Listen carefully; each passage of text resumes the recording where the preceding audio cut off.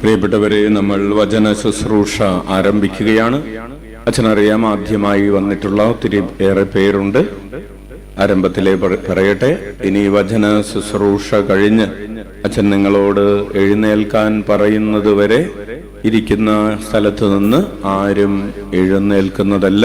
എഴുന്നേൽക്കാൻ അനുവാദം ഇല്ല. നമുക്ക് ബൈബിൾ എടുക്കാം.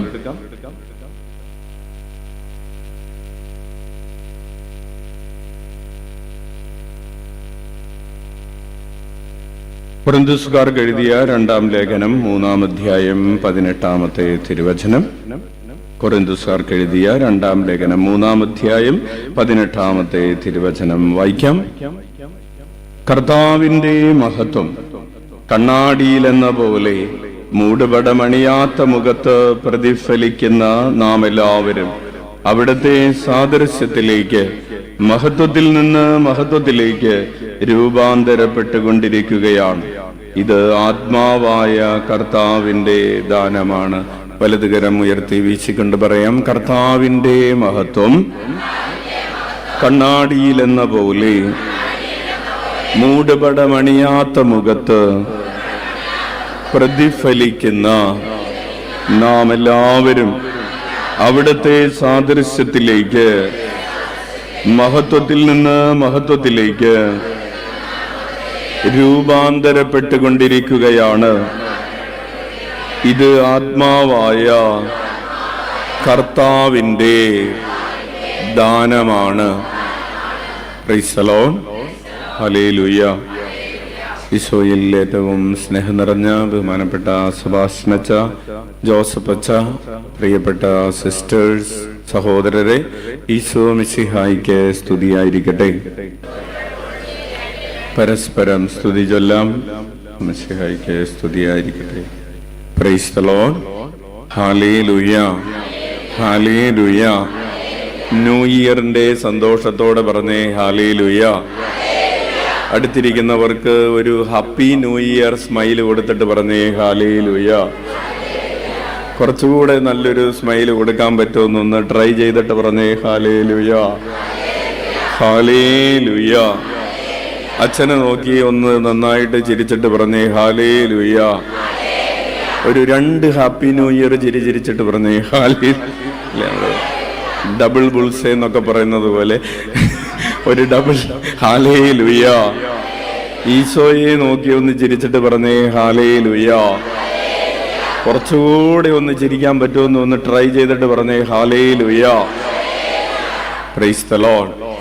പ്രിയപ്പെട്ടവരെ, നമുക്ക് കുറച്ചുകൂടെ സന്തോഷമുള്ള, കുറച്ചുകൂടെ ആരോഗ്യമുള്ള, കുറച്ചുകൂടെ സമൃദ്ധിയുള്ള, കുറച്ചുകൂടെ അറിവുള്ള, കുറച്ചുകൂടെ വളർച്ചയുള്ള, കുറച്ചുകൂടെ സമാധാനമുള്ള, കുറച്ചുകൂടെ വിശുദ്ധിയുള്ള, കുറച്ചുകൂടെ വിശ്വാസമുള്ള, കുറച്ചുകൂടെ പ്രത്യാശയുള്ള, കുറച്ചുകൂടെ സ്നേഹമുള്ള, കുറച്ചുകൂടെ ഒരു ആശ്വാസവും ആനന്ദവുമുള്ള ഒരു പുതുവർഷം എല്ലാവർക്കും ഉണ്ടാകട്ടെ എന്ന് ആശംസിക്കുന്നു. ഉച്ചത്തിൽ വിളിക്കാം ഈശോയേ. വലിയ അഭിഷേകത്തോടെ വിളിക്കാം. ഹൃദയം തുറന്ന് വിളിക്കാം. പ്രിയപ്പെട്ടവരെ, അച്ഛൻ ഇന്ന് നിങ്ങളോട് പങ്കുവയ്ക്കാൻ ആഗ്രഹിക്കുന്നത് ഈ പുതുവർഷത്തിൽ ഈശോ നമ്മോട് പറയുന്ന 7 വാഗ്ദാനങ്ങളാണ്. ഹല്ലേലൂയ. നമുക്കറിയാം, നമ്മൾ പഠിച്ചുകൊണ്ടിരിക്കുന്ന വിഷയം എന്താണ്? രൂപാന്തരീകരണമാണ്. നമുക്ക് ഏത് ന്യൂ ഇയർ ആണെങ്കിലും, ക്രിസ്തുമസ് ആണെങ്കിലും, ഓണമാണെങ്കിലും, വിഷു ആണെങ്കിലും നമുക്ക് എന്താണ് സംഭവിച്ചുകൊണ്ടിരിക്കുന്നത്? രൂപാന്തരീകരണമാണ്, അല്ലെ? ഓണം വന്നാലും വിഷു വന്നാലും ഉണ്ണിക്ക് കഞ്ഞിയാവും. ബിരിയാണി അല്ലേ കഴിച്ചത് ക്രിസ്മസിന്? ഹല്ലേലൂയ.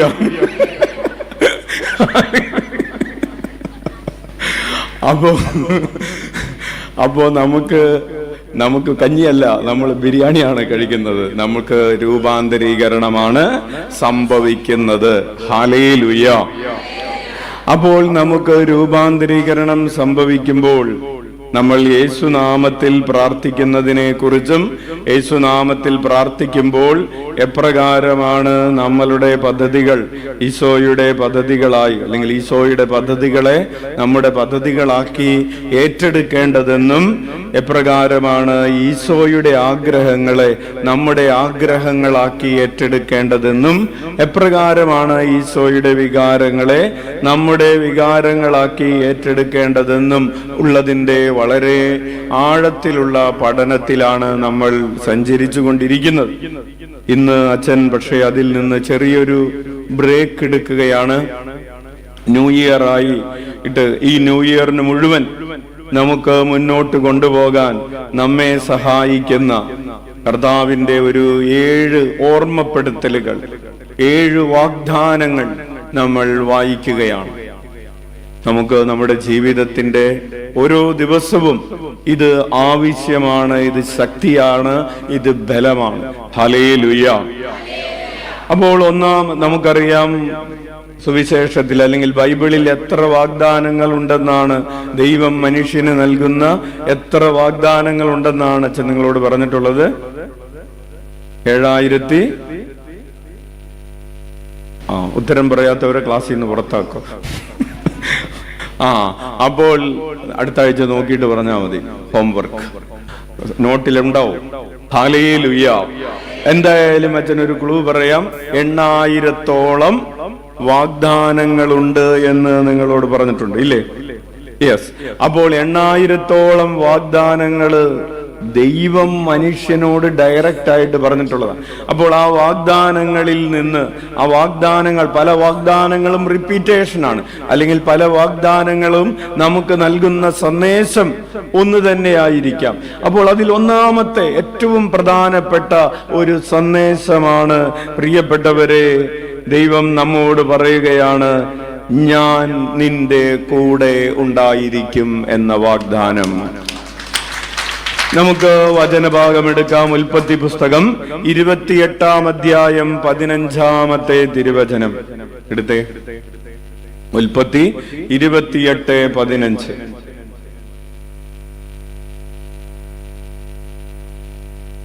ഇതാ ഞാൻ നിന്നോടുകൂടെയുണ്ട്, നീ പോകുന്നിടത്തെല്ലാം ഞാൻ നിന്നെ കാത്തുരക്ഷിക്കും. മതി, അത്രയും മതി.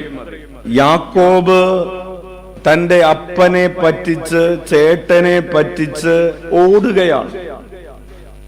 2 പേരെ നൈസായിട്ട് പറ്റിച്ചിട്ട് കടന്നു കളയുകയാണ്. കടന്നു കളയുന്ന യാക്കോബിന്റെ പിറകെ ദൈവം ചെന്നിട്ട് പറയുകയാണ്, നീ പേടിച്ചാണ് ഓടുന്നത്. പുറകെ ഓടുന്ന വഴിക്ക് പിറകെ ഇടക്കിടക്ക് തിരിഞ്ഞു നോക്കുന്നുണ്ട്, ഏസാവ് പുറകിലുണ്ടോ, ഏസാവ് പുറകിലുണ്ടോ എന്ന്. ഇല്ലേ, നമ്മൾ പട്ടിനെ പേടിച്ച് ഓടുമ്പോ ഇടക്കിടക്ക് എന്ത് ചെയ്യും? തിരിഞ്ഞു നോക്കുന്നത് പോലെ തിരിഞ്ഞു നോക്കി യാക്കോബ് ഓടുകയാണ്. അങ്ങനെ ഓടി ഓടി ബഥേൽ എന്ന് പറയുന്ന ഒരു സ്ഥലത്തെത്തി.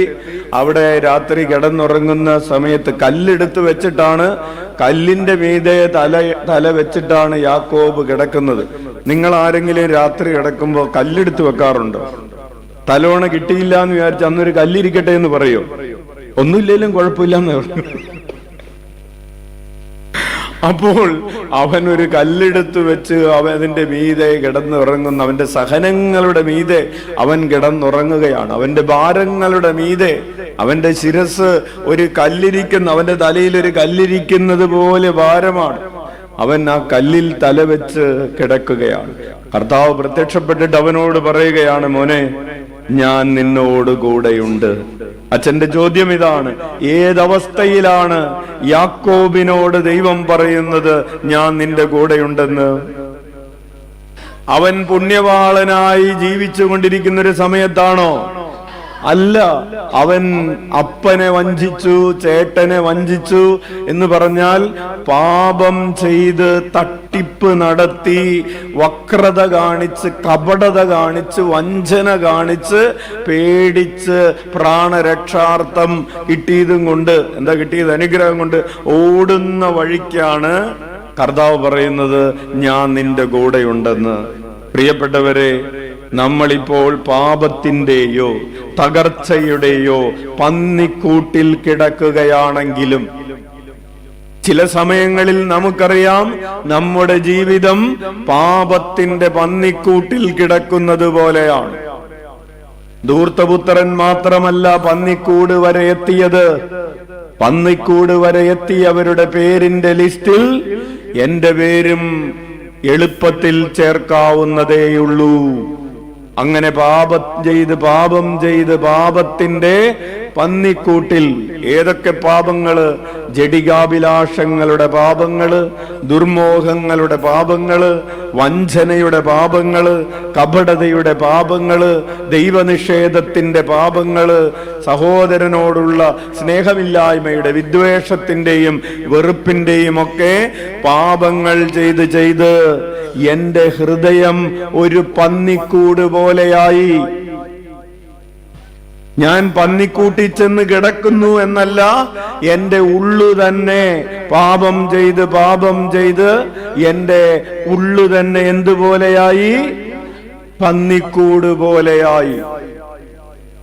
അതാണ് ഒരു വശം. പാപം മൂലം നമ്മൾ തകർന്നു. മറ്റൊന്ന് സാമ്പത്തിക പ്രതിസന്ധികളുടെ ഒരു തകർച്ച, കുടുംബ ബന്ധങ്ങളുടെ തകർച്ച, അടിക്കടി ഉണ്ടാകുന്ന പരാജയങ്ങൾ മൂലം എത്തിച്ചേരുന്ന ഒരു സാമൂഹിക സാമ്പത്തിക സാഹചര്യങ്ങളുടെ ഒരു പന്നിക്കൂട്. കുടുംബത്തിലെ മദ്യപാനമാണ്, കുടുംബത്തിലെ കലഹമാണ്, കുടുംബത്തിലെ വഴക്കാണ്. അങ്ങനെ ഗാർഹികമായ അന്തരീക്ഷം തന്നെ ഒരു പന്നിക്കൂടായി മാറി. ഭാര്യയും ഭർത്താവും തമ്മില് നേരം വെളുത്ത് വൈകുന്നേരം വരെ പരിഭവങ്ങള്, പരാതികള്, പിണക്കങ്ങള്, അടി പിടി, ചോദ്യം ചെയ്യലുകള്, ദാമ്പത്യ അവിശ്വസ്തതകള്, അങ്ങനെ തെറ്റിദ്ധാരണകള്, അവിശ്വാസം, സംശയരോഗം, അങ്ങനെ പ്രയാസങ്ങള്, ബുദ്ധിമുട്ടുകള്, കുറ്റപ്പെടുത്തലുകള്, ആരോപണങ്ങള്. കുടുംബം ഒരു പന്നിക്കൂട് പോലെയായി. ഉള്ളു പന്നിക്കൂട് പോലെയായി, കുടുംബം പന്നിക്കൂട് പോലെയായി. അങ്ങനെ പാപം ചെയ്ത് ഞാനിപ്പോൾ എവിടെയാണ്? പന്നിക്കൂട്ടിലാണ്. അങ്ങനെ പന്നിക്കൂട്ടിൽ കിടക്കുന്ന യാക്കോബിനോട് ദൈവം പറയാണ്, ഞാൻ നിന്റെ കൂടെ ഉണ്ടായിരിക്കുമെന്ന്. പ്രിയപ്പെട്ടവരെ, ആശ്വാസം തരുന്നൊരു വാക്കാണ്. ഞാൻ പുണ്യം ചെയ്തുകൊണ്ടിരിക്കുമ്പോ, ഞാൻ പ്രാർത്ഥിച്ചുകൊണ്ടിരിക്കുമ്പോ, ഞാൻ വിശുദ്ധിയിൽ ജീവിച്ചുകൊണ്ടിരിക്കുമ്പോൾ അല്ല ദൈവം എന്നോട്, അല്ലെങ്കിൽ അപ്പോൾ മാത്രമല്ല ദൈവം എന്നോട് പറയുന്നത് I will B with you എന്ന്, ഞാൻ നിന്റെ കൂടെ ഉണ്ടാകുമെന്ന്. ഞാൻ ഒരു പാപത്തിന്റെ തകർച്ചയുടെ സാഹചര്യത്തിലൂടെ യാത്ര ചെയ്യുമ്പോഴും ദൈവം എന്റെ പിറകെ വന്ന് എന്നോട് പറയുകയാണ്, ഞാൻ നിന്റെ കൂടെ ഉണ്ടായിരിക്കുമെന്ന്. പ്രിയപ്പെട്ടവരെ, നിങ്ങൾ സ്റ്റാൻ സ്വാമി എന്ന് പറയുന്ന അച്ഛനെ ഓർക്കുന്നില്ലേ? ഫാദർ സ്റ്റാൻ സ്വാമി ജാർഖണ്ഡിൽ ആദിവാസികളുടെ ഉന്നമനത്തിന് വേണ്ടി, അവർക്ക് വെള്ളം കിട്ടാൻ വേണ്ടി, അവർക്ക് അവകാശപ്പെട്ട ഭൂമി അവർക്ക് പതിച്ചു കിട്ടാൻ വേണ്ടി, സർക്കാരിൽ നിന്നുള്ള അവകാശങ്ങൾ അവർക്ക് ലഭിക്കാൻ വേണ്ടി 40 വർഷത്തോളം ജാർഖണ്ഡിൽ ആദിവാസികളുടെ കൂടെ ജോലി ചെയ്തുകൊണ്ടിരുന്ന ഒരു മിഷണറി വൈദികനായിരുന്നു ഫാദർ സ്റ്റാൻ സ്വാമി. 2020 ഒക്ടോബർ മാസം 8-ാം തീയതി കോവിഡ് ഒക്കെ അങ്ങോട്ട് മാറിയെന്നോ മാറിയില്ലെന്നോ ഒക്കെ പറയാൻ പറ്റുന്നൊരു സമയത്ത് ഇദ്ദേഹത്തിന്റെ മേൽ UAPA എന്ന് പറഞ്ഞാൽ അൺലോഫുൾ ആക്ടിവിറ്റീസ് പ്രിവെൻഷൻ ആക്ട്, നിയമപരമല്ലാത്ത പ്രവർത്തനങ്ങൾ നടത്തുന്നു എന്ന് കണ്ട് അത് നിരോധിക്കുന്നതിന് വേണ്ടിയിട്ടുള്ള ഒരു ആക്ടാണ് UAPA എന്ന് പറയുന്ന. ആ ആക്ട് ചുമത്തിയാൽ വിചാരണ കൂടാതെ ജയിലിലടക്കാം. ഈ പ്രിയപ്പെട്ടവരെ, ഈ സ്റ്റാൻ സ്വാമി എന്ന് പറയുന്ന അച്ഛൻ ചെയ്ത നിയമപരമല്ലാത്ത പ്രവൃത്തി എന്താണ്? അദ്ദേഹം ഈ ആദിവാസികൾക്ക് വേണ്ടി ജീവിക്കുന്നു, അവരുടെ ഉന്നമനത്തിന് വേണ്ടി പ്രവർത്തിക്കുന്നു, അവർക്ക് വെള്ളം കിട്ടാൻ വേണ്ടി, അവർക്കൊരിത്തിരി ഭക്ഷണമുണ്ടാകാൻ വേണ്ടി, അവർ അധ്വാനിക്കുന്ന ഭൂമിയിൽ അവർക്കൊരിത്തിരി അവകാശമുണ്ടാകാൻ വേണ്ടി, അവർക്ക് വേണ്ടി ജീവൻ കൊടുത്തുകൊണ്ടിരിക്കുകയാണ്. അതാണ് ഭരണകൂടത്തിന്റെ കണ്ണിൽ, അല്ലെങ്കിൽ ഭരണകൂടത്തിന് പ്രിയപ്പെട്ടവർക്ക് കണ്ണിൽ അദ്ദേഹം കരടായി മാറിയത്. അദ്ദേഹത്തെ 2020 ഒക്ടോബർ മാസം 8-ാം തീയതി ജയിലിൽ അടക്കുകയാണ്. 84 വയസ്സുള്ള ഒരു മനുഷ്യനാണെന്നോർക്കണം. പാർക്കിൻസൺസ് രോഗമുണ്ടായിരുന്ന ഒരു മനുഷ്യനാണ്. ജയിലിൽ കിടക്കുമ്പോ ഒരു ഗ്ലാസ് വെള്ളം കുടിക്കാൻ, വെള്ളം ഇങ്ങനെ കയ്യിൽ പിടിക്കുമ്പോ ഗ്ലാസ് ചുണ്ടോടടുപ്പിക്കുമ്പോ പാർക്കിൻസൺസ് ഉണ്ടായിരുന്നത് കൊണ്ട് ചുണ്ടിൽ ഇങ്ങനെ ഗ്ലാസ് നിൽക്കില്ല, ചുണ്ടിൽ കിടന്ന് ഇങ്ങനെ ഗ്ലാസ് ഇറക്കും. അതുകൊണ്ട് ഒരു ഗ്ലാസ് വെള്ളം കുടിക്കാൻ ഇദ്ദേഹത്തിന് പറ്റില്ല. അദ്ദേഹം ജയിലധികാരികളോട് ഒരു ഔദാര്യം ചോദിച്ചു.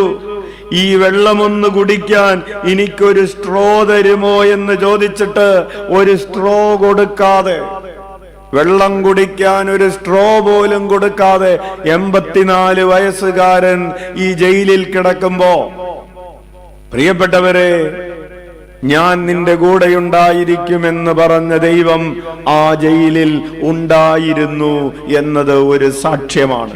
കൈയടിച്ച് കർത്താവിന് നന്ദി പറയാം. 2021 ജൂലൈ മാസം 5-ാം തീയതി, അതിനു മുൻപ് കുറെ നാളുകളായി ഇദ്ദേഹത്തിന് രോഗം ഇങ്ങനെ മൂർച്ഛിക്കുകയാണ്, കോവിഡ് ബാധിക്കുകയാണ്, ചികിത്സ വൈകിക്കുകയാണ്, ചികിത്സ കൊടുക്കുന്നില്ല. അങ്ങനെ അവസാനം ചികിത്സ കൊടുക്കാതെ മരിക്കുമെന്ന ഘട്ടമായപ്പോ മുംബൈയിലുള്ള ആശുപത്രിയിലേക്ക് മാറ്റുകയും ജൂലൈ 5-ാം തീയതി 2021 അദ്ദേഹം മരിക്കുകയും ചെയ്തു. പ്രിയപ്പെട്ടവരെ, അദ്ദേഹം കിടന്ന രോഗാവസ്ഥകളുടെ, തകർച്ചകളുടെ ആ ബഥേലിൽ ഒരു സാക്ഷ്യം ഇങ്ങനെയുണ്ട്: കർത്താവ് എന്റെ കൂടെ ഉണ്ടായിരുന്നു എന്ന് പറയുന്നൊരു സാക്ഷ്യം. കൈയടിച്ച് നന്ദി പറയാം. പീഡിപ്പിക്കപ്പെട്ടതും കാരാഗ്രഹത്തിൽ അടക്കപ്പെട്ടതും കർത്താവ് തന്നെയാണെന്നാണ് ആ സാക്ഷ്യം നമ്മോട് പറയുന്നത്. ഹല്ലേലൂയ. 1995 ഫെബ്രുവരി മാസം 25-ാം തീയതി റാണി മരിയ എന്ന് പറയുന്ന സിസ്റ്റർ ജോലി ചെയ്തിരുന്ന സ്ഥലത്ത് നിന്ന് ഇൻഡോറിലേക്കുള്ള യാത്രയിലാണ്. അവളുടെ കൂടെ, ആ സിസ്റ്ററിന്റെ കൂടെ 41 വയസ്സുള്ള സിസ്റ്ററിന്റെ കൂടെ ബസ്സിൽ കയറിയ പരിചയമുള്ള നാട്ടുകാരനായ സമൂന്ദർ സിംഗ് സിസ്റ്ററിന്റെ ശരീരത്തിലേക്ക് 54 കുത്താണ് കുത്തിയത്. 54 കയ്യിലുണ്ടായിരുന്ന കത്തി കൊണ്ട് 54 പ്രാവശ്യം ആ ശരീരത്തിൽ കത്തി കുത്തിയിറക്കിയപ്പോ ആ ബസ്സിലുണ്ടായിരുന്നവര് ബസ്സിൽ തന്നെ ഉണ്ടായിരുന്നു, ആരും കൂടെ ഉണ്ടായിരുന്നില്ല. ആൾക്കൂട്ടമുണ്ട്, കൂടെയുണ്ടെന്ന് വിചാരിച്ച് നിന്റെ കൂടെ ആരെങ്കിലും ഉണ്ടെന്ന് നീ കരുതരുതെന്ന്. ഒരു ബസ് നിറയെ ആളുണ്ട്, ഈ ബസ് നിറയെ ആളുള്ളത് നിനക്ക് ധൈര്യമല്ല. ഈ 54 കുത്തുന്നത് ഈ ബസ്സിലുള്ളവർ മുഴുവനും നോക്കി നിന്നു. പ്രിയപ്പെട്ടവരെ, ആ കുത്തു മുഴുവനേറ്റത് ഈശോയുടെ തിരുഹൃദയത്തിലാണ്. അതുകൊണ്ടാണ് 1995 തന്റെ 49-ാമത്തെ വയസ്സിൽ ഒരു ബസ്സിൽ വെച്ച് ചോരയൊഴുകി രക്തം ഒഴുകി പിടഞ്ഞു മരിച്ച റാണി മരിയ സിസ്റ്ററിനെ നമ്മൾ ഓർക്കുന്നത് ഈ അൾത്താരയിലാണെന്നേ. കാരണം അവളുടെ ഇടം കർത്താവിന്റെ ചങ്കിലാണ്. അവളുടെ കൂടെ ഈശോ ഉണ്ടായിരുന്നത് കൊണ്ട് ഇന്ന് അവൾ ഈശോയുടെ കൂടെയാണ്. കർത്താവ് കൂടെയുണ്ട് എന്നതൊരു വാഗ്ദാനമാണ്. നിന്റെ അയോഗ്യതകൾ പരിഗണിക്കാതെ, നിന്റെ യോഗ്യതകൾ പരിഗണിക്കാതെ, നീ എവിടെയാണെന്ന് പരിഗണിക്കാതെ, നിന്റെ തകർച്ച എന്താണെന്ന് പരിഗണിക്കാതെ, ഈ പുതുവർഷം കുഞ്ഞേ, നീ അച്ഛനെ കേട്ടുകൊണ്ടിരിക്കുന്ന ഒരു വിദ്യാർത്ഥിയായിരിക്കാം. അച്ഛന് സന്തോഷമുണ്ടെന്ന് ഒത്തിരിയേറെ വിദ്യാർത്ഥികള് ഇവിടെ പ്രാർത്ഥിക്കാനായിട്ടുണ്ട്. നീ ഒരു യുവാവോ യുവതിയായിരിക്കാം. വീണ്ടും അച്ഛന് സന്തോഷമാണ്. അച്ഛന് കാണാൻ പറ്റുന്ന പലയിടങ്ങളിലും യുവാക്കളെ കാണുന്നുണ്ട്. നീ യുവാവോ യുവതിയോ ആയിരിക്കാം, കുടുംബജീവിതം നയിക്കുന്ന ഒരാളായിരിക്കാം, ജോലി ചെയ്യുന്ന ഒരാളായിരിക്കാം, ജോലി അന്വേഷിക്കുന്ന ഒരാളായിരിക്കാം. കടുത്ത ജീവിത പ്രതിസന്ധികളെ എങ്ങനെ തരണം ചെയ്യണമെന്നറിയാതെ ജീവിത നൗക, ജീവിത സാഗരത്തിലെ കൊടുങ്കാറ്റിൽപ്പെട്ട് ഒരു ചുഴിയിലെന്നതുപോലെ വട്ടം കറങ്ങി നട്ടം തിരിഞ്ഞിരിക്കുന്ന ഒരു സാഹചര്യത്തിലൂടെ കടന്നു പോകുന്ന ഒരാളായിരിക്കാം നീ. പുറമേ എല്ലാം ശാന്തമായിരിക്കുമ്പോഴും അകമേ ഇങ്ങനെ ഇളകി മറിയുന്ന, കുത്തിമറിയുന്ന ഒരു കടല് കണക്ക ആയിരിക്കാം നിന്റെ ജീവിതം. കുഞ്ഞെ, നിന്നോട് കർത്താവിന് പറയാനുള്ളത്, നീ നടുക്കടലിലാണെങ്കിലും, ഇരുകരയും കാണാൻ പറ്റാതെ, ദിശയറിയാതെ, നിന്റെ ജീവിത നൗക എങ്ങോട്ടെന്നില്ലാതെ കാറ്റത്ത് അങ്ങോട്ടും ഇങ്ങോട്ടും സഞ്ചരിക്കുന്ന ഒരു സാഹചര്യത്തിലാണെങ്കിലും the Lord has something to tell you. അവന് നിങ്ങളോട് പറയാനുള്ള ഒരു വാഗ്ദാനം ഇതാണ്: ഞാൻ നിന്റെ കൂടെയുണ്ട് എന്നാണ്. വാഗ്ദാനം ഏറ്റെടുക്കുക. കർത്താവ് നിന്റെ കൂടെയുണ്ട് കുഞ്ഞേ. ഹല്ലേലൂയ. ഉച്ചത്തിൽ വിളിച്ച ഈശോയേ. ഇരു കരങ്ങളും ഉയർത്തി ചങ്കുപൊട്ടി വിളിച്ചേ. കൂടെയുള്ളവന്റെ തിരുമുഖം മനസ്സ് നിറയെ കണ്ടു വിളിച്ചേ. നമ്മുടെ കൂടെ എല്ലാ സാഹചര്യത്തിലും നമ്മുടെ കൂടെ ഒരു വീരയോദ്ധാവിനെ പോലെ നിൽക്കുന്നവനെ കൺകുളിർക്കെ ആത്മാവിൽ കണ്ടു വിളിച്ചേ. അപ്പോൾ ഒന്നാമത്തെ വാഗ്ദാനം ഇതാണ്: ഈ വർഷം ഈ 365 ദിവസവും പ്രഭാതത്തിൽ എഴുന്നേൽക്കുമ്പോൾ ഓർക്കണം കർത്താവിന്റെ കൂടെയുണ്ടെന്ന്. മധ്യാഹ്നത്തിൽ ഓർക്കണം കർത്താവിന്റെ കൂടെയുണ്ടെന്ന്. സന്ധ്യയിലും രാത്രിയിലും കിടപ്പുമുറിയിലും കിടക്കയിലും ഓർക്കണം കർത്താവ് കൂടെയുണ്ടെന്ന്. കർത്താവ് കൂടെയുണ്ടെങ്കിൽ ഒരനർത്ഥവും എന്നെ സമീപിക്കുകയില്ല. ഹല്ലേലൂയ. അതാണ് രണ്ടാമത്തെ വാഗ്ദാനം. ഞാൻ നിന്നെ സംരക്ഷിക്കുമെന്ന് പറയുന്ന വാഗ്ദാനം. I will protect U. ഞാൻ നിന്നെ സംരക്ഷിക്കും. അച്ഛൻ ചോദിക്കട്ടെ, നമുക്ക് ഏറ്റവും അധികം സംരക്ഷണം വേണ്ട സാഹചര്യം ഏതാണ്? നമുക്ക് ചോദ്യം കേൾക്കുന്നുണ്ടോ? നമുക്ക് ഏറ്റവും അധികം സംരക്ഷണം വേണ്ട സാഹചര്യം ഏതാണ്? ഭീകരാക്രമണത്തിന്റെ സാഹചര്യമാണോ? ബോംബ് വർഷിക്കപ്പെടലിന്റെ യുദ്ധത്തിന്റെ സാഹചര്യമാണോ?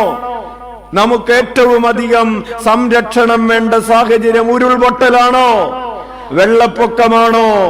വാഹന അപകടമാണോ? പിന്നെ ഏതാണ് നിനക്ക് ഏറ്റവും അധികം സംരക്ഷണം വേണ്ട സാഹചര്യം? Very good. കൈയടിച്ച് കർത്താവിന് നന്ദി പറയാം. പാപത്തിന്റെ സാഹചര്യത്തിൽ നിന്നാണ് ഒരു മനുഷ്യന് ഏറ്റവും അധികം സംരക്ഷണം വേണ്ടത്. കർത്താവ് പറയാണ്, ഞാൻ നിന്നെ സംരക്ഷിക്കും. ഒന്നാമതായി ഈശോ കുരിശിൽ മരിച്ചതും, ഈശോ കുരിശ് വഹിച്ചതും, കുരിശിൽ മരിച്ചതും, മരണത്തെ തോൽപ്പിച്ചതും, കല്ലറ തകർത്തതും, ഉയർത്തെഴുന്നേറ്റതും, പിതാവിന്റെ വലതുഭാഗത്ത് എഴുന്നള്ളിയിരിക്കുന്നതും, അവൻ മനുഷ്യാവതാരം ചെയ്തതും നമ്മൾ പാപത്തിൽ നിന്ന് രക്ഷ പ്രാപിക്കാൻ വേണ്ടിയാണ്. പാപത്തിനെതിരെ നമുക്കൊരു സംരക്ഷണ വലയം നമുക്ക് ചുറ്റും തീർക്കാൻ വേണ്ടിയാണ്. തിരുരക്തത്തിന്റെ കോട്ടകെട്ടി തിന്മ കാണാതെ നമ്മെ കാക്കാൻ വേണ്ടിയാണ് കർത്താവ് മനുഷ്യാവതാരം ചെയ്തത്. ഓർത്തുച്ചത്തിൽ വിളിച്ച ഈശോയേ. അപ്പോൾ പ്രിയപ്പെട്ടവരെ, കർത്താവ് നമ്മോട് പറയുന്ന ആ പ്രധാനപ്പെട്ട കാര്യം, ഞാൻ നിന്നെ സംരക്ഷിക്കും. പക്ഷെ നമ്മൾ എന്ത് ചെയ്യണം? നമ്മെ സംരക്ഷിക്കാൻ നമ്മുടെ കൂടെയുള്ളവന്റെ കൂടെ നിൽക്കണം. കർത്താവ് വീരയോദ്ധാവിനെ പോലെ നമുക്ക് വേണ്ടി യുദ്ധം ചെയ്യുന്നത് ആർക്കെതിരെയാണ്? ആർക്കെതിരെയാണ്? പിശാചിനെതിരെയാണ്, തിന്മയ്ക്കെതിരെയാണ്, ജഡത്തിന്റെ പ്രവണതകൾക്കെതിരെയാണ്, ലോകത്തിന്റെ മോഹങ്ങൾക്കെതിരെയാണ്. ഇല്ലേ? പ്രവണതകള് മദ്യം ഉപേക്ഷിക്കാൻ ആഗ്രഹിക്കുന്നു, സാധിക്കുന്നില്ല. തെറ്റായ ഒരു പ്രണയം ഉപേക്ഷിക്കാൻ ആഗ്രഹിക്കുന്നു, സാധിക്കുന്നില്ല. ഹാൻഡ്സ് ഉപയോഗിക്കുന്നത് ഉപേക്ഷിക്കാൻ ആഗ്രഹിക്കുന്നു, സാധിക്കുന്നില്ല. അതുകൊണ്ടാണ് ഇവിടെ അച്ഛൻ ഈ കൈ ചൂണ്ടിയിരിക്കുന്നതിന്റെ തൊട്ടപ്പുറത്ത്, കുറച്ചുകൂടെ അപ്പുറത്ത്, ആ എടൂര് കഴിഞ്ഞ് കുറച്ചുകൂടെ അപ്പുറത്ത് 29 ചാക്ക് ഹാൻഡ്സുമായി ഒരു വീട്ടിൽ ഒരാൾ കഴിഞ്ഞത് അയാൾക്ക് കഴിക്കാൻ വേണ്ടിയായിരുന്നോ? അത് കഴിച്ചുകൊണ്ടിരിക്കുന്നത് ആരാണ്? എടൂരുകാരാണ്. അത് കഴിച്ചുകൊണ്ടിരിക്കുന്നത് ആരാണ്? അങ്ങാടിക്കടവുകാരാണ്.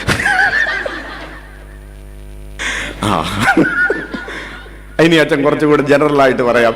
അത് കഴിച്ചുകൊണ്ടിരിക്കുന്നത് ആറളം പഞ്ചായത്തുകാരാണ്. അത് കഴിച്ചുകൊണ്ടിരിക്കുന്നത് അയ്യങ്കുന്ന് പഞ്ചായത്തുകാരാണ്. അത് കഴിച്ചുകൊണ്ടിരിക്കുന്നത് പായം പഞ്ചായത്തുകാരാണ്. 29 ചാക്ക് ഹാൻഡ്സ് കൊണ്ടുവന്ന് വെച്ച്, അത് അയാള് ഒരു മാസം കൊണ്ടുവന്നതായി ഒരാഴ്ചത്തേക്കുള്ള വിൽപ്പനയ്ക്കാണ്. ഒരാഴ്ചത്തേക്ക് 29 ചാക്ക് അല്ലേ? നമ്മള് വിൽക്കാൻ കൊണ്ടുവരുമ്പോ ഒരു കൊല്ലത്തേക്കൊന്നും കൊണ്ടുവരില്ലല്ലോ. അപ്പൊ അയാൾ ഓരോ മാസവും കൊണ്ടുവന്നിട്ടുണ്ട്, വിറ്റിട്ടുണ്ട്. നമ്മളിൽ ആരൊക്കെയോ മേടിച്ചത് കഴിച്ചിട്ടുണ്ട്. Hallelujah, hallelujah. നമ്മുടെ വീട്ടിലുള്ള മക്കളുടെ പോക്കറ്റൊക്കെ ഒന്ന് ഇടക്കിടക്ക് പരിശോധിക്കുന്നത് നല്ലതാണ്. അവര് കഴുകാൻ തരുന്നതിന്റെ 2 ദിവസം മുമ്പ് പാൻസ് എടുത്ത് നോക്കണം. Hallelujah, hallelujah. പറഞ്ഞു വരുന്നത്, കർത്താവ് നമ്മെ സംരക്ഷിക്കാൻ വാഗ്ദാനം ചെയ്തിട്ടുണ്ട്. പക്ഷേ നമ്മൾ ആ സംരക്ഷണത്തിന്റെ വലയം ഭേദിച്ച് അത് തകർത്ത്, കർത്താവിന്റെ സംരക്ഷണത്തിന്റെ വലയം തകർത്ത് ഓടുന്നത് കൊണ്ട് നമുക്കവിടുന്ന് വാഗ്ദാനം ചെയ്ത സംരക്ഷണം കിട്ടുന്നില്ല. കിട്ടാതെ പാപത്തിൽ നിന്ന് പാപത്തിലേക്ക് വീണു പോവുകയാണ്. നീ പറയരുത് കുഞ്ഞെ, എന്നെ ഈ തിന്മയിൽ വീഴാതെ കാക്കാൻ ആരുമില്ലെന്ന്. നിന്നെ തിന്മയിൽ വീഴാതെ കാക്കാൻ കർത്താവ് കാവൽ ദൂതന്മാരോട് കൽപ്പിച്ചിട്ടുണ്ട്. നിന്റെ കാലുകൾ കല്ലിൽ തട്ടാതിരിക്കാൻ, നിന്റെ കാലുകൾ വഴുതാതിരിക്കാൻ അവിടുന്ന് ദൂതന്മാരോട് കൽപ്പിച്ചിട്ടുണ്ട്. Hallelujah, hallelujah. നീ ഒരു കാര്യം ചെയ്താൽ മതി. നീ നിന്റെ സംരക്ഷണത്തിന് വേണ്ടി കർത്താവിലേക്ക് കണ്ണുയർത്തുക. എന്റെ സഹായം എവിടെ നിന്ന് വരും?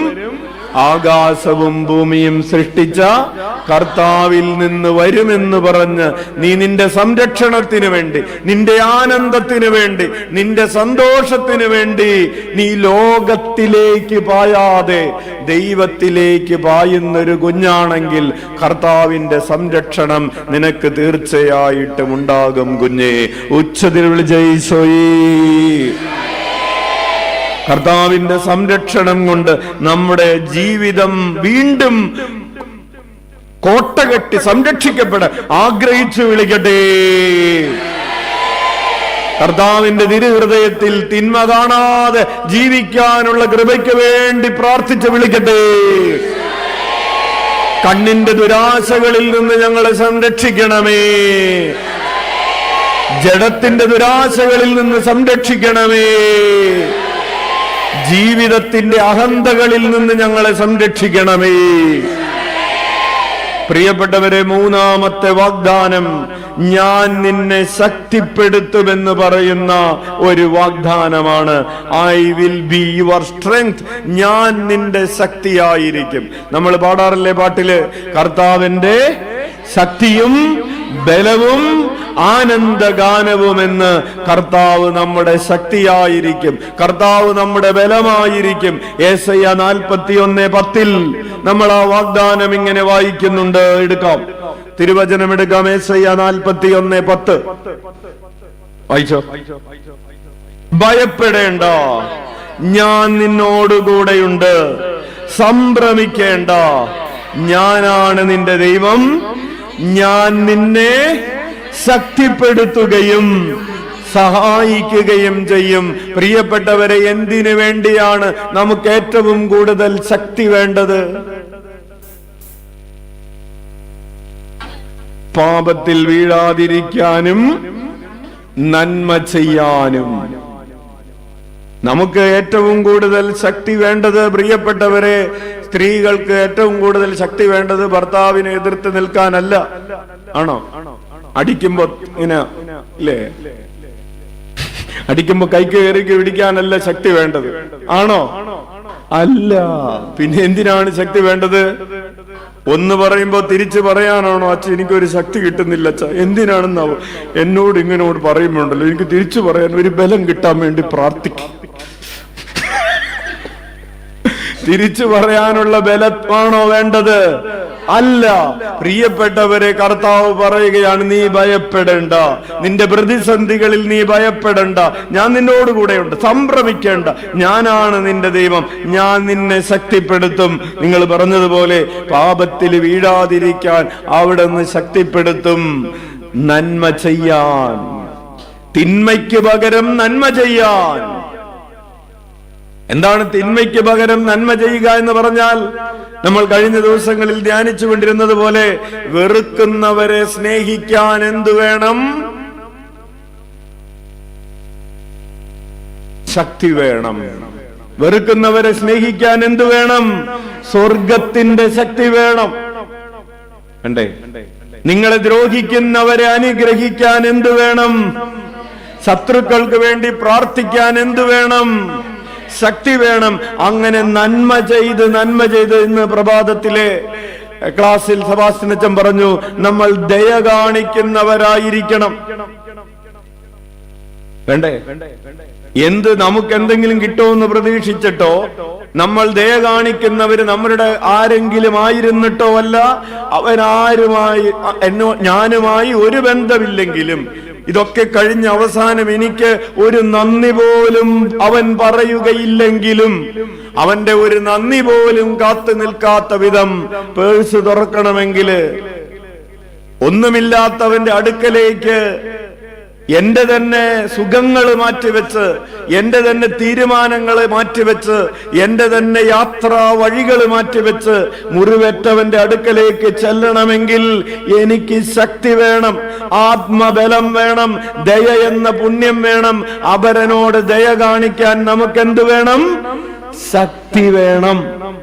അതിനെയാണ് പരിശുദ്ധാത്മാവിന്റെ ശക്തി എന്ന് പറയുന്നത്. കൈയടിച്ച് നന്ദി പറയാം. അപ്പോൾ കർത്താവ് പറയാണ്, ഞാൻ നിന്നെ ശക്തിപ്പെടുത്തും. സ്നേഹിക്കാൻ എന്തു വേണം? ശക്തി വേണം. സമാധാനത്തിൽ ജീവിക്കാൻ എന്തു വേണം?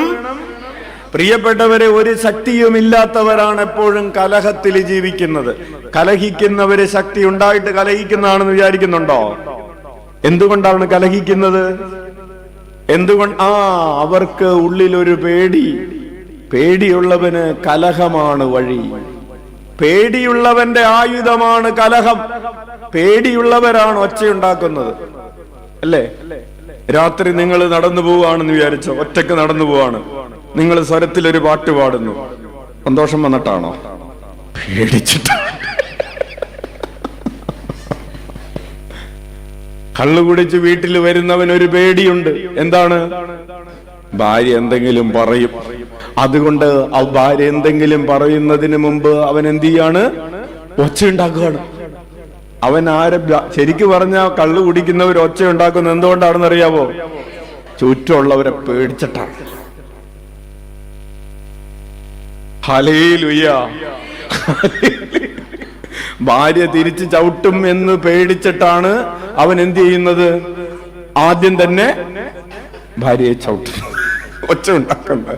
അപ്പോൾ കലഹിക്കാനല്ല നിനക്ക് ശക്തി വേണ്ടത്, സമാധാനത്തിൽ ജീവിക്കാനാണ് നിനക്ക് ശക്തി വേണ്ടത്. വെറുക്കാനല്ല കുഞ്ഞെ നിനക്ക് ശക്തി വേണ്ടത്, ക്ഷമിച്ച് സ്നേഹിക്കാനാണ് നിനക്ക് ശക്തി വേണ്ടത്. പാപം ചെയ്യാനല്ല നിനക്ക് ശക്തി വേണ്ടത്, പാപം ചെയ്യാതിരിക്കാനാണ് നിനക്ക് ശക്തി വേണ്ടത്.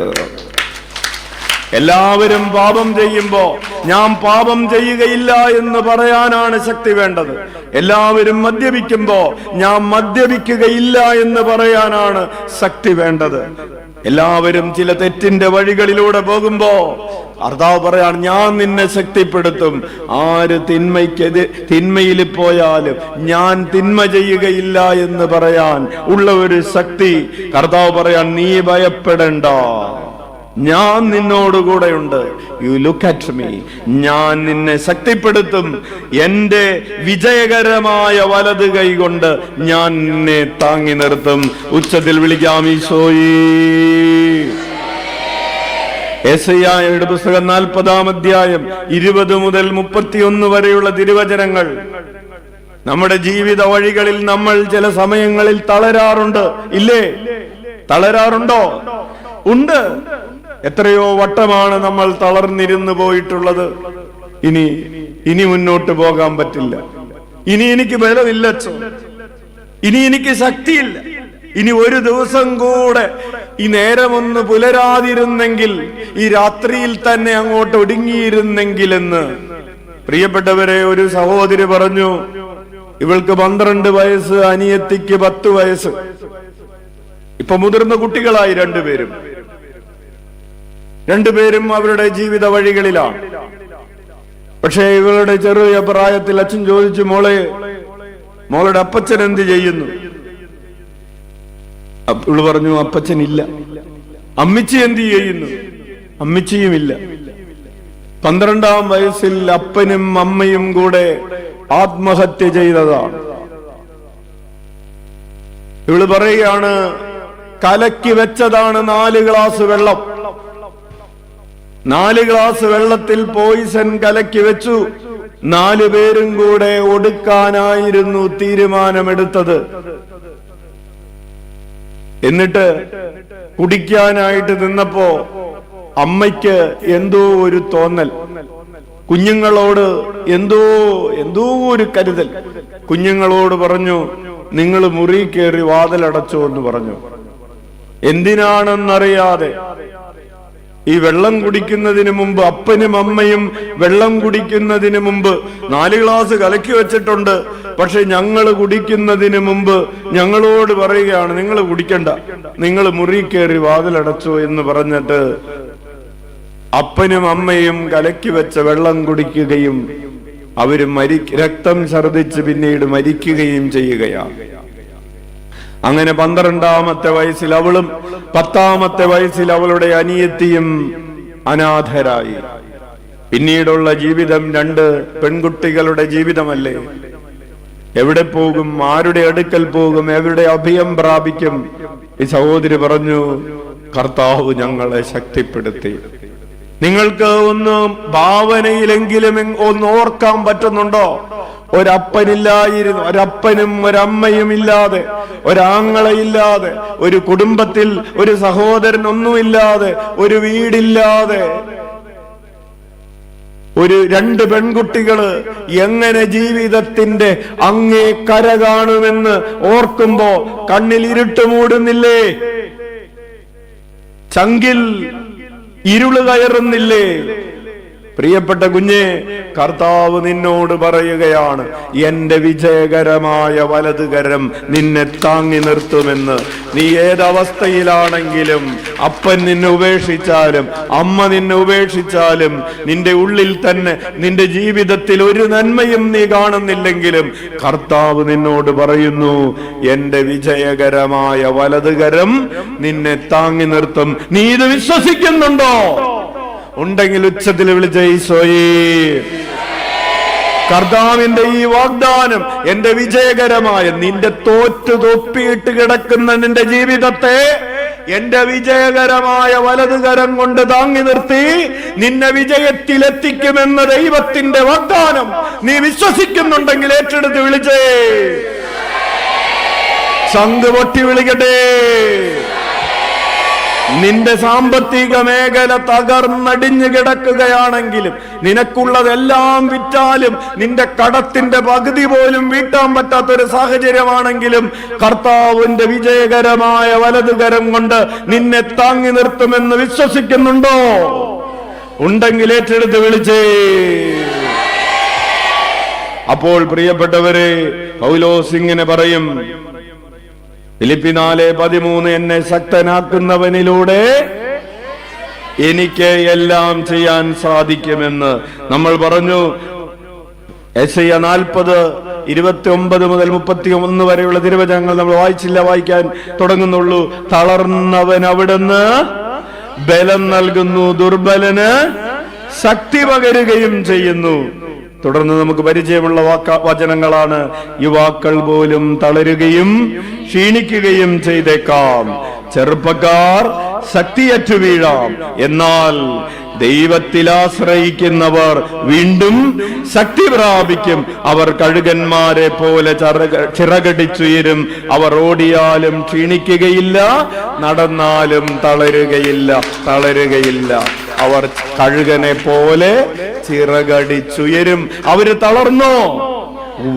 തളർന്നു. പക്ഷെ തളർന്നെങ്കിലും അവരെവിടെ ആശ്രയിച്ചു? കർത്താവിൽ ആശ്രയിച്ചു. അതാണ് തളരുകയില്ല എന്നല്ല. തളർന്നാലും തളർന്നാൽ കർത്താവിൽ ആശ്രയിച്ചാൽ നിന്റെ തളർന്നിരിക്കുന്ന അവസ്ഥയിൽ നിന്ന് നീ കഴുകനെ പോലെ. ഇന്ന് നീ ഒരുപക്ഷെ തളർന്നിരിക്കുന്ന അവസ്ഥയിലായിരിക്കാം. കല്യാണം കഴിഞ്ഞ് ഒത്തിരി വർഷങ്ങളായി, കുട്ടികളില്ല, മടുത്തച്ചോ, തളർന്നു. എത്ര ചികിത്സിച്ചിട്ടും രോഗം മാറുന്നില്ലച്ചോ, തളർന്നു, മടുത്തു. ഇനി ജീവിതകാലം മുഴുവൻ ഈ കിടക്കയിൽ നിന്ന് എഴുന്നേൽക്കാൻ പറ്റില്ലെന്ന് തളർന്നു, മടുത്തു, മതി. കുടുംബത്തിനൊരു ഭാരമായിട്ട്, ഒരു ഗുണവുമില്ല എന്ന് മാത്രമല്ല, ചികിത്സിച്ച് കുടുംബത്തിന്റെ പൈസ മുഴുവൻ തീർന്നു, കടത്തിൽ നിന്ന് കടത്തിലേക്ക് പോവാണ്. എന്നെ എന്തിനാണ് കർത്താവ് എന്റെ കുടുംബത്തിനൊരു ഭാരമാക്കി അവശേഷിച്ചിരിക്കുന്നത്? എന്നെ അങ്ങോട്ട് എടുത്താ മതിയില്ലേ എന്ന് ചോദിക്കുമ്പോ നമ്മുടെ മനസ്സ് തളർന്നിരിക്കാടേ. തളർന്നവന് മക്കളെ കുറിച്ച് ഓർക്കുമ്പോ 3 മക്കളുണ്ടച്ചോ, 3 പേര് മെച്ചം ഉണ്ടാകില്ല. 3 മക്കളുണ്ട്, 3 ആൺമക്കള്. നാട്ടുകാർ ചോദിക്കുമായിരുന്നു, നിനക്ക് എന്തിന്റെ കുറവാണ്? നിനക്ക് 3 ആൺമക്കളല്ലേ, നിനക്ക് വല്ലതും നോക്കാനുണ്ടോ എന്നൊക്കെ ചോദിക്കുമായിരുന്നു. അങ്ങനെ ചോദിച്ച് ഇപ്പൊ മൂത്തവൻ 52, രണ്ടാമത്തവന് 48, മൂന്നാമത്തവന് 45. 3 പേരുടെയും കല്യാണം നടന്നിട്ടില്ല. 3 പേർക്കും നല്ല കൂലിയും വേലയില്ല. 3 പേരും നല്ല കുടിയന്മാരുമാണ്. വീട്ടില് സമാധാനമില്ല. 3 പേര് എന്തിന്റെ കുറവാണ്? അമ്മ തളർന്നോ? ഇല്ലയോ? പക്ഷെ അമ്മ പറയാണ്, കർത്താവാണ് എന്റെ ബലം. ഞാൻ ഈ മക്കളെ നോക്കിയല്ല ജീവിക്കുന്നത്, മക്കളെ നോക്കിയല്ല, ഞാൻ എന്റെ കർത്താവിനെ നോക്കി ജീവിക്കുമ്പോ കർത്താവിൽ ശരണം വയ്ക്കുന്നവർ കഴുകനെ പോലെ അവർ ഓടിയാലും തളരുകയില്ല, നടന്നാലും ക്ഷീണിക്കുകയില്ല. ഹല്ലേലൂയ. ഒരു കൊച്ച് പരീക്ഷ എഴുതി 8 പ്രാവശ്യം തോറ്റു. വീട്ടുകാർക്കും മടുത്തു. നീ വേറെ വല്ല പണി നോക്ക്. തളർന്നില്ലേ കൊച്ച് തളർന്നു. കയ്യും കാലും മാത്രമല്ല തളരുന്നത്, മനസ്സ് തളർന്നു, ആത്മാവ് തളർന്നു. പ്രിയപ്പെട്ടവരെ, കർത്താവിൽ ആശ്രയിക്കുന്നവർ കഴുകനെ പോലെ ചിറകടിച്ചുയരും. അതാണ് ഈ ന്യൂ ഇയറിലുള്ള നിന്നോട് കർത്താവിന് പറയാനുള്ള 3ാമത്തെ വാഗ്ദാനം. 4ാമത്തെ വാഗ്ദാനം ഇതാണ്: ഞാൻ നിനക്ക് ഉത്തരം നൽകും. എന്താണ് 4ാമത്തെ വാഗ്ദാനം? ഞാൻ നിനക്ക് ഉത്തരം നൽകും. ജെറമിയ 33:3 വായിക്കാം. എന്നെ വിളിക്കുക, ഞാൻ മറുപടി നൽകും. നിന്റെ ബുദ്ധിക്കതീതമായ മഹത്വം നിഗൂഢവുമായ കാര്യങ്ങൾ ഞാൻ നിനക്ക് വെളിപ്പെടുത്തും. വലതുകരമുയർത്തി വീശിക്കൊണ്ട് പറയാം, എന്നെ വിളിക്കുക, ഞാൻ മറുപടി നൽകും. നിന്റെ ബുദ്ധിക്കതീതമായ മഹത്വം നിഗൂഢവുമായ കാര്യങ്ങൾ ഞാൻ നിനക്ക് വെളിപ്പെടുത്തും. കർത്താവ് പറയാണ്, നീ എന്നെ വിളിക്കുമ്പോ ഞാൻ നിനക്ക് ഉത്തരം നൽകും. നീ പ്രാർത്ഥിക്കുമ്പോൾ ഞാൻ നിനക്ക് ഉത്തരം നൽകും. പ്രിയപ്പെട്ടവരെ, ചിലപ്പോൾ ഉത്തരം യെസ് എന്നായിരിക്കും. നീ ഒരു കാര്യം ചോദിക്കുന്നു, ദൈവം യെസ് എന്ന് പറയുന്നു, അതൊരു ഉത്തരമാണ്. നീ വേറെ ചില കാര്യം ചോദിച്ചപ്പോ ദൈവം പറഞ്ഞു നോ എന്ന് ഉത്തരം പറഞ്ഞു, അതും എന്താണ്? ഉത്തരമാണ്. നീ വേറെ ചില കാര്യങ്ങൾ ചോദിച്ചപ്പോ ദൈവം എസ്സും പറഞ്ഞില്ല, നോയും പറഞ്ഞില്ല. പക്ഷേ ദൈവം പറഞ്ഞു കാത്തിരിക്കുക എന്ന് പറഞ്ഞു. നീ ഒരു 10 വ്യാഴാഴ്ച വന്ന് പ്രാർത്ഥിക്കുക എന്ന് പറഞ്ഞു. എസ്സും ഇല്ല, നോയും ഇല്ല. അച്ഛാ, ഞാൻ ഇസ്രായേലിൽ പോണോ വേണ്ടയോ? തീരുമാനമെടുക്കാൻ വന്നതാണ്. ഇന്ന് തന്നെ പറയണം, ഇന്ന് വൈകുന്നേരം കാശ് കൊടുക്കാനാണ്. അപ്പൊ കർത്താവ് പറയാണ് 15 ആഴ്ച വന്ന് പ്രാർത്ഥിക്ക്. അല്ല, ഇന്ന് വൈകുന്നേരം ഇല്ല, ഇന്ന് വൈകുന്നേരത്തെ കെസ്സും ഇല്ല, നോയും ഇല്ല, നീ 15 ആഴ്ച വാ. നീ കാത്തിരിക്കുക എന്ന് പറയുന്ന ഉത്തരം കർത്താവ് തരുമ്പോ നീ കാത്തിരിക്കാൻ തയ്യാറാണോ? ദൈവം പറയാണ്, ഞാൻ നിനക്ക് ഉത്തരം തരും, നീ കേൾക്കാൻ തയ്യാറുണ്ടോ? നമ്മൾ ചോദിക്കാൻ തയ്യാറുണ്ട്. പക്ഷെ നമുക്ക് ഇഷ്ടമില്ലാത്ത ഉത്തരങ്ങളാണെങ്കിലേ കേൾക്കാൻ മനസ്സില്ല. നമ്മൾ ചോദിക്കുമ്പോ നമുക്കിഷ്ടമുള്ള ഉത്തരങ്ങൾ കിട്ടണമെന്നാണ്. നമുക്കിഷ്ടമുള്ള ഉത്തരങ്ങൾ കിട്ടിയാലേ നമുക്ക് സന്തോഷമാവുള്ളൂ. ചില ആളുകൾ വന്ന് ചോദിക്കും, അച്ഛാ അപ്പൊ പൈസ കൊടുക്കാല്ലേ? പൈസ കൊടുക്കാല്ലേ, മെസ്സേജ് ഒന്നും കിട്ടുന്നില്ലല്ലോ. അപ്പൊ എന്നാ കൊടുക്കാല്ലേ? അല്ല, എനിക്ക് മെസ്സേജ് ഒന്നും കിട്ടുന്നില്ല. അപ്പൊ എന്ത് ചെയ്യും? ചേട്ടൻ ഒരു 5 ആഴ്ച വാ. അയ്യോ, അങ്ങനെ വരാൻ പറ്റില്ല, ഇന്ന് തന്നെ കൊടുക്കണം. അങ്ങനെ ഇന്ന് തന്നെ കൊണ്ടുപോയി വിസക്ക് കാശ് കൊടുത്തു. ഇപ്പൊ 2 കൊല്ലമായി. 5 ആഴ്ചയല്ല, 100 ആഴ്ച കഴിഞ്ഞു. ഇപ്പൊ വിസക്ക് കൊണ്ടുപോയി കാശ് കൊടുത്ത ആളുടെ അയാൾ ഫോൺ ചെയ്താൽ അയാൾ ഫോൺ എടുക്കുകയില്ല. അപ്പൊ വീണ്ടും വരികയാണ്, അച്ഛാ ആ 2.5 ലക്ഷം രൂപ തിരിച്ചു കിട്ടോ? അതിന് വല്ല മെസ്സേജ് ഉണ്ടോ? ഒരു 5 ആഴ്ച വാ. അയ്യോ, 5 ആഴ്ച വരാൻ പറ്റും. ഇപ്പൊ 100 ആഴ്ച കഴിഞ്ഞ് കൊടുത്തിട്ട്. അതിന് ഈ 100 ആഴ്ച കഴിഞ്ഞത് വിസ വരാൻ വേണ്ടി കാത്തു നിന്നവന് 5 ആഴ്ച കർത്താവിന്റെ ഉത്തരത്തിന് വേണ്ടി കാത്തിരിക്കാൻ സമയമില്ല. 100 ആഴ്ചയല്ല, അതിൽ കൂടുതലായിട്ട്. അപ്പോ കർത്താവ് പറയാണ്, നീ എന്നെ വിളിക്കുക. കുഷ്ഠരോഗികൾ ഈശോയെ വിളിച്ചു, അന്ധര് വിളിച്ചു, ചെകിടര് വിളിച്ചു. പ്രിയപ്പെട്ടവരെ, കർത്താവിനെ വിളിച്ചപേക്ഷിച്ചവരൊക്കെ കർത്താവിന്റെ ഉത്തരം മേടിച്ചു പോയി. ഹല്ലേലൂയ. അതുകൊണ്ടാണ് യെശയ്യാ 65:24 നമ്മളിങ്ങനെ വായിക്കും. യെശയ്യാ 65:24 വായിക്കാം. വിളിക്കും മുൻപേ ഞാൻ അവർക്കുത്തരമരുളും, പ്രാർത്ഥിച്ചു തീരും മുമ്പേ ഞാൻ അത് കേൾക്കും. വലതുകരമുയർത്തി വീശിക്കൊണ്ട്, വിളിക്കും മുമ്പേ ഞാൻ അവർക്കുത്തരമരുളും, പ്രാർത്ഥിച്ചു തീരും മുമ്പേ ഞാൻ അത് കേൾക്കും. ഉച്ചത്തിൽ വിളിച്ച് ഈശോയേ, ഈശോയേ. പ്രിയപ്പെട്ടവരെ, വചനം പറയുകയാണ്. യെശയ്യാ 59:1-2 തിരുവചനങ്ങൾ. നിന്റെ പ്രാർത്ഥന കേൾക്കാതിരിക്കാൻ തക്കവിധം എന്റെ കാതുകൾക്ക് മാന്യം സംഭവിച്ചിട്ടില്ല. നിന്നെ രക്ഷിക്കാൻ പറ്റാത്ത വിധം എന്റെ കരങ്ങൾ കുറുകിപ്പോയിട്ടില്ല. പിന്നെ എന്തേ രക്ഷിക്കാത്തത്? ആ വചനത്തിന് തൊട്ട് താഴെ ഒരു വചനം കൂടെ ഉണ്ട്. നിന്റെ പാപങ്ങളാണ്, നിന്റെ അകൃത്യങ്ങളാണ് എന്നെയും നിന്നെയും തമ്മിൽ അകറ്റിയിരിക്കുന്നത്. പ്രിയപ്പെട്ടവരെ, നമ്മളുടെ ഏറ്റവും പ്രധാനപ്പെട്ട പാപം ഏതാണ്?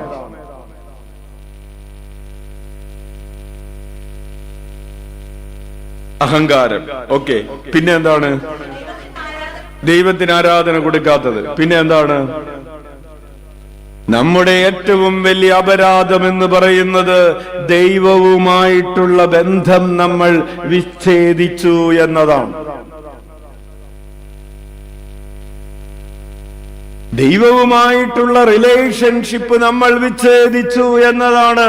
എനിക്ക് ദൈവത്തോടൊരു ബന്ധവുമില്ല. അച്ഛൻ തിരുമുഖ ഭക്തിയെ കുറിച്ച് പറയുമ്പോ പറയാറില്ലേ, നമ്മൾ കരമല്ല അന്വേഷിക്കുന്നത്, മുഖമാണ് അന്വേഷിക്കുന്നത് എന്ന്. കരം അനുഗ്രഹം അന്വേഷിക്കുന്നവരുടെ ഒരു പ്രതീകമാണ്. മുഖം ബന്ധമന്വേഷിക്കുന്നവരുടെ പ്രതീകമാണ്. നീ പൂർണ്ണ മനസ്സോടെ, പൂർണ്ണാത്മാവോടെ, പൂർണ്ണ ശക്തിയോടെ, പൂർണ്ണ ഹൃദയത്തോടെ ദൈവത്തെ സ്നേഹിക്കണമെന്ന പരമപ്രധാനമായ കൽപ്പന നമ്മോട് പറയുന്നത് എന്താണ്? നീ ദൈവവുമായി ബന്ധത്തിലായിരിക്കണമെന്നാണ്. It is a commandment of relationship with God. ഒന്നാം പ്രമാണം എന്ന് പറയുന്നത്, അല്ലെങ്കിൽ 1, 2, 3 പ്രമാണങ്ങൾ ദൈവവുമായിട്ടുള്ള റിലേഷൻഷിപ്പിന്റെ പ്രമാണങ്ങളാണ്. അപ്പോൾ എന്താണ് പ്രമാണ ലംഘനം? ദൈവവുമായിട്ടുള്ള ബന്ധത്തെ വിച്ഛേദിച്ചു എന്നതാണ് പ്രമാണ ലംഘനം. നീ പറയുകയാണ് എനിക്കും ദൈവവും തമ്മിൽ പ്രത്യേകിച്ച് ഒരു ബന്ധവുമില്ല, നോ റിലേഷൻഷിപ്പ്. ഒരപ്പനും മകനും എന്ന രീതിയിൽ ബന്ധമില്ല, സ്നേഹിതനും എന്ന രീതിയിൽ ബന്ധമില്ല, ഭാര്യയും ഭർത്താവും എന്ന നിലയിൽ ബന്ധമില്ല. ദൈവത്തോട് ഒരു തരത്തിലും എനിക്ക് ഒരു ഇന്റിമേറ്റ് റിലേഷൻഷിപ്പ് ഇല്ല.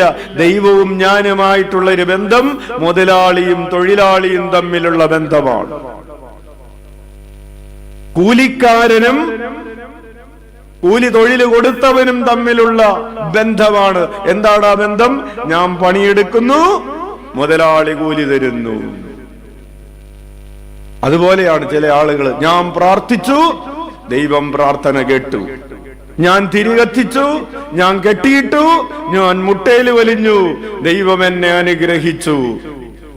ഞാൻ പണിയെടുത്തു, എനിക്ക് കിട്ടി. നീ പണിയെടുത്തോ, നിനക്കും കിട്ടും.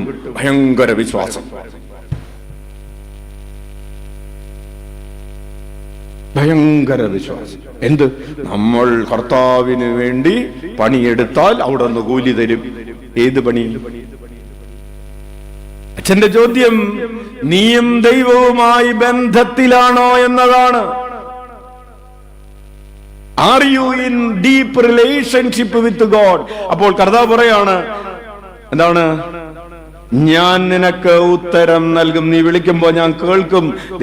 അച്ഛൻ പറഞ്ഞു, നമ്മളെ തമ്മിൽ അകറ്റിയത്, ഉത്തരം കേൾക്കാൻ പറ്റാത്ത വിധം അപ്പന്റെ മനസ്സിലുള്ളത് മകന് മനസ്സിലാക്കാൻ പറ്റാതെയായത് എങ്ങനെയാണ്? അമ്മയുടെ മനസ്സിലുള്ളത് മകൾക്ക് മനസ്സിലാക്കാൻ പറ്റാതെയായത് എങ്ങനെയാണ്? പ്രിയപ്പെട്ടവരെ, ബന്ധം മുറിഞ്ഞു പോയത് കൊണ്ടാണ്. ഭർത്താവിന്റെ മനസ്സിലുള്ളത് ഭാര്യയ്ക്ക് ഇന്ന് മനസ്സിലാക്കാൻ പറ്റുന്നില്ല. ഭാര്യയുടെ മനസ്സിലുള്ളത് ഭർത്താവിന് മനസ്സിലാക്കാൻ പറ്റുന്നില്ല. കാരണം എന്താണ്? ബന്ധം മുറിഞ്ഞു പോയത് കൊണ്ടാണ്. ബന്ധം ഇല്ലെങ്കിൽ മുഖമൊന്ന് വാടാൻ തുടങ്ങുന്നതിന് മുമ്പേ അതറിയില്ലേ? ഈ കുഞ്ഞ് കരയുകയാണ്.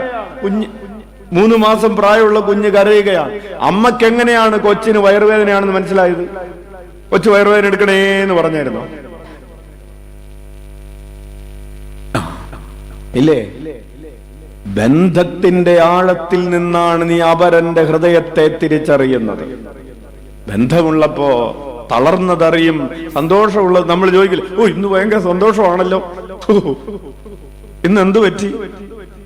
ഇത് സന്തോഷം വന്നതും അറിയുന്നില്ല, സങ്കടം വന്നതും അറിയുന്നില്ല. ബന്ധം മുറിഞ്ഞു പോയി. അപ്പൊ ദൈവത്തിന്റെ ഹൃദയത്തിലുള്ള ഉത്തരം കണ്ടെത്തണമെങ്കിൽ കുഞ്ഞെ, നിനക്ക് ദൈവവുമായി ബന്ധമുണ്ടാകണം. 5 ദൈവം വാഗ്ദാനം പറയുകയാണ്. ഇനി 3 കൂടി ഉള്ളൂ. 5ാമത്തെ വാഗ്ദാനം, ഐ വിൽ പ്രൊവൈഡ് യു. ഞാൻ നിനക്കാവശ്യമുള്ളതെല്ലാം തരും. I will provide you. എന്ത് തരും? നിനക്ക് നിലനിൽക്കാൻ ആവശ്യമുള്ളതെല്ലാം ഞാൻ നൽകും. Not all that you want. നിനക്ക് വേണ്ടതെല്ലാം തരുമെന്നല്ല, വേണ്ടതെന്നല്ല, നിനക്ക് ആഗ്രഹമുള്ളത്, ഓൾ ദാറ്റ് യു വാണ്ട്. നമുക്ക് കുറെ സാധനങ്ങൾ വേണം. പിള്ളേർക്ക് കുറെ സാധനങ്ങൾ വേണം. 2 ലക്ഷം രൂപയുടെ ബൈക്ക് വേണം, 1.5 ലക്ഷം രൂപയുടെ മൊബൈൽ വേണം, പിന്നെ അങ്ങനെ കുറെ സാധനങ്ങൾ വേണം. പക്ഷേ മാതാപിതാക്കൾ ഏത് കൊടുക്കും? അവന് ആവശ്യമുള്ളത്, അവന് ഏറ്റവും നല്ലതാണെന്ന് തോന്നുന്നത് കൊടുക്കും. അവന് നിലനിൽക്കാൻ ആവശ്യമുള്ളത് കൊടുക്കും. മരിക്കാൻ വേണ്ടിയിട്ടുള്ളത് കൊടുക്കോ?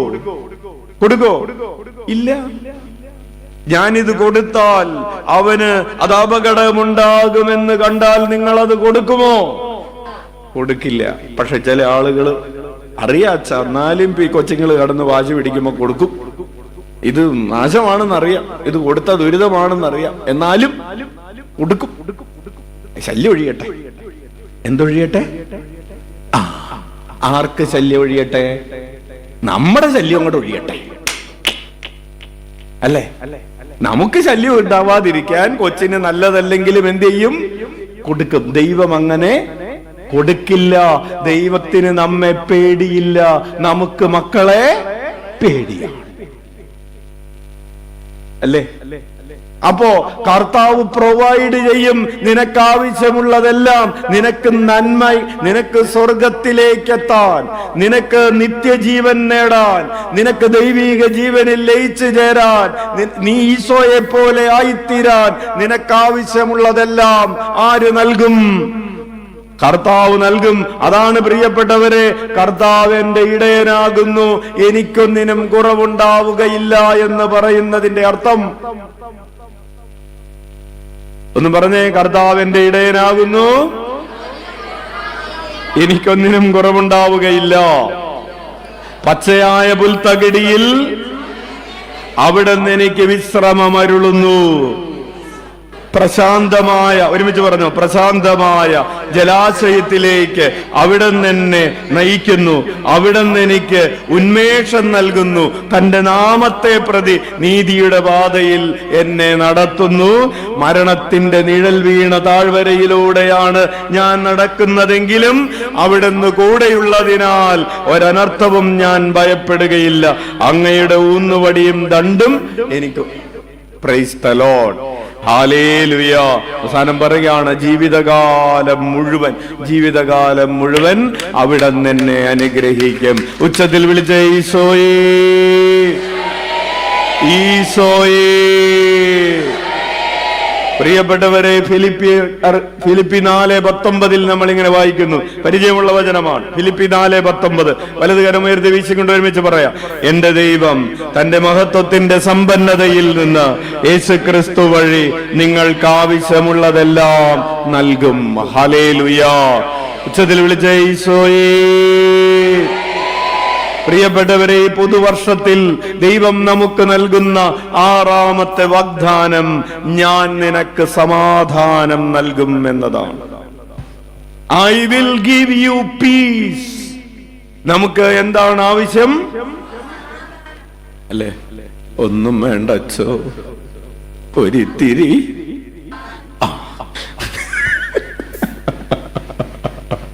കല്യാണം നടക്കണ്ടേ? നടക്കണം. പക്ഷെ അത് നടന്നില്ലെങ്കിലും കുഴപ്പമില്ല അച്ചോ, ഇത്തിരി. നടന്നവരുടെ പ്രശ്നം എന്താണ്?